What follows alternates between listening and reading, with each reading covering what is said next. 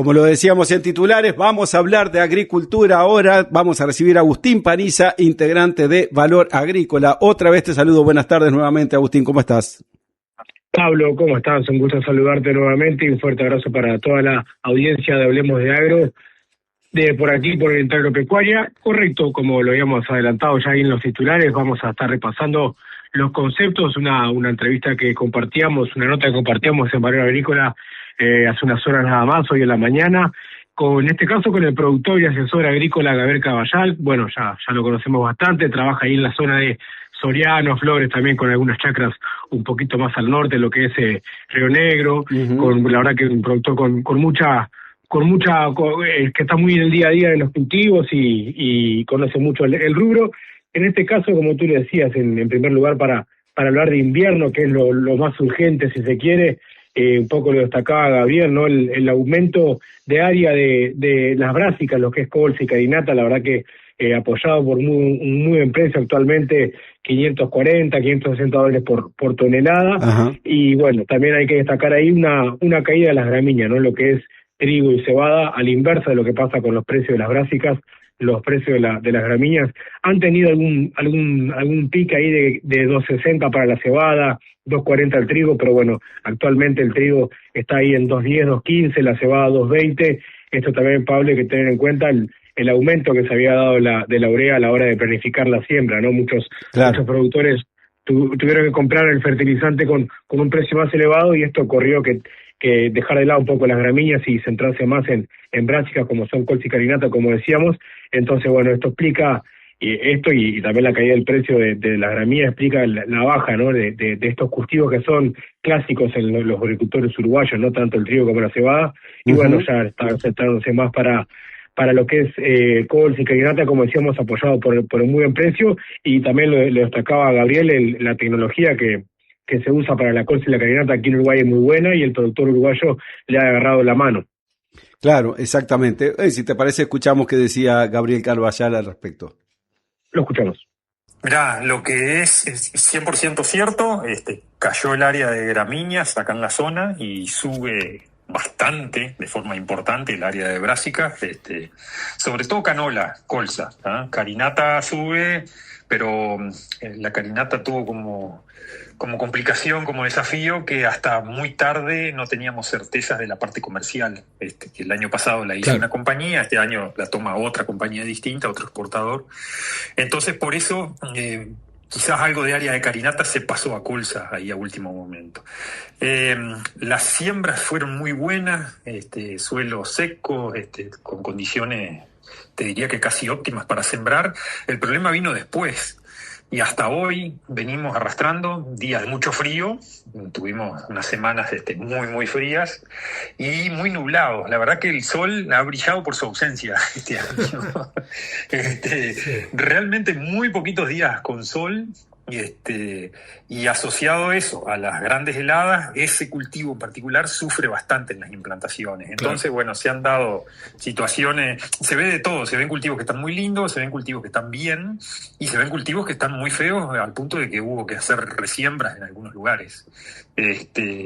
Así que bueno, en realidad no tenemos en concreto cómo va a ser el cierre de las implantaciones, porque recién estamos entrando a julio, el desarrollo es prácticamente mínimo, además se nos cortó el agua en serio y no, como que estaríamos precisando lluvia.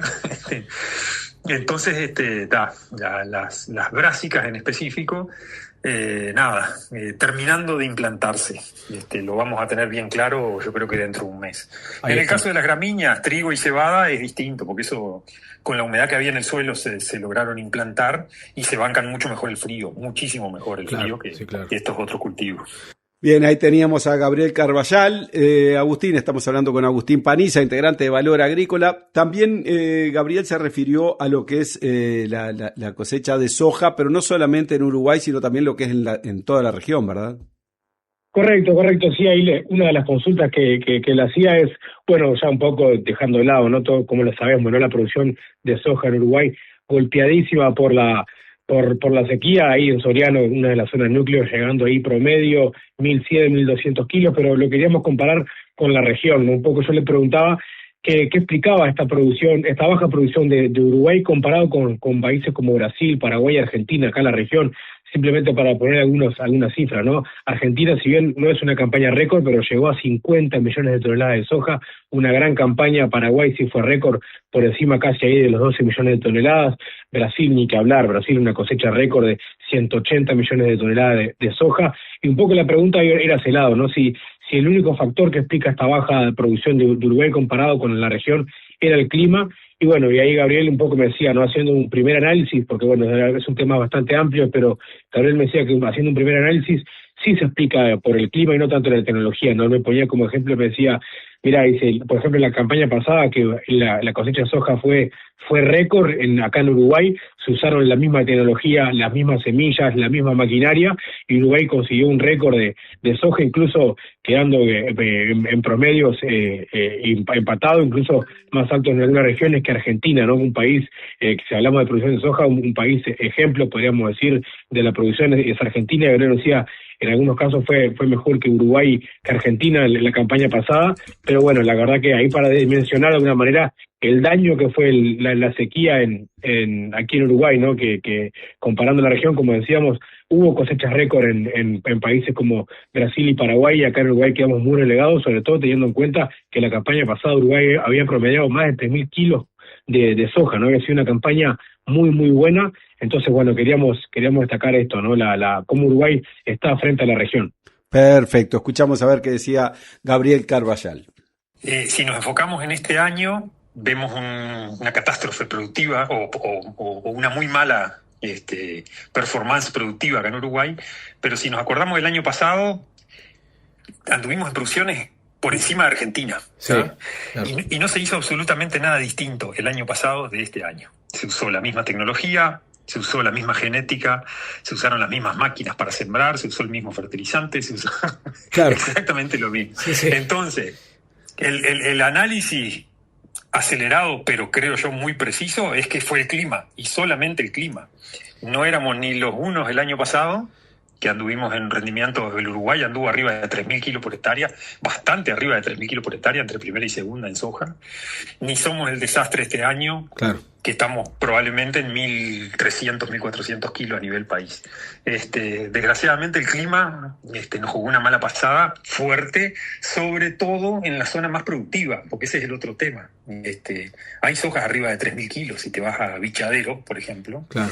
Desgraciadamente en Bichadero se planta que el 1 o el 2% de la soja del país. Claro. El grueso que estaba en Dolores, en Cañada Nieto, en Ombúes de la Valle, yo qué sé, en toda esa zona. Toda la zona núclea ahí.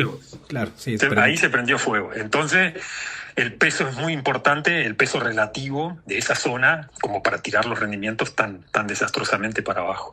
Pero como a nivel región, te diría, somos de los países que probablemente adoptan más tecnología, pensando en genética, pensando en rotaciones, en prácticas agrícolas, en control de plagas, insectos, malezas, enfermedades. Somos de los países más prolijos, te diría.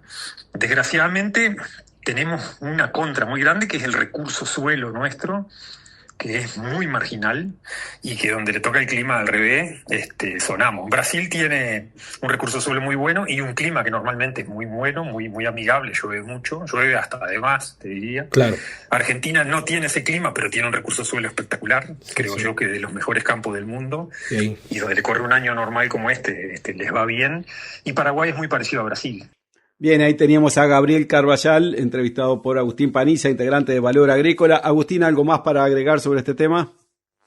Simplemente, Pablo, hay otro dato interesante, es que lo decía Carballal, es la diferencia entre pocos kilómetros que había dentro de la producción de soja, ¿no? Él decía, por ejemplo, ahí mismo dentro de Soriano había chacras con diferencias de 1.000 kilos, ¿no? O sea, recordemos el promedio es 1.200, pero había chacras puntualmente que sacaban 1.000 kilos de diferencia de soja, y por ejemplo que lo que es la lluvia, ¿no? En pocos kilómetros también había chacras que habían recibido más de 110 milímetros de agua, uh-huh, y había otros que habían recibido mucho menos. Entonces hay otro dato para dimensionar lo que es la falta de lluvia, y cuando hay lluvia que los productores sacan mucho más kilos, ¿no? Exactamente. Bueno, Agustín Paniza, integrante de Valor Agrícola, gracias por estar esta tarde acá en Hablemos de Agro. Por favor, Pablo, un gustazo como siempre y fuerte abrazo para toda la audiencia. Y recordemos a la audiencia que toda la información de la agricultura nacional está en el portal valoragricola.com.uy. Así es. Seguimos adelante hasta la hora 19, aquí en este Hablemos de Agro, martes 7 de julio por la Oriental Agropecuaria 770 AM.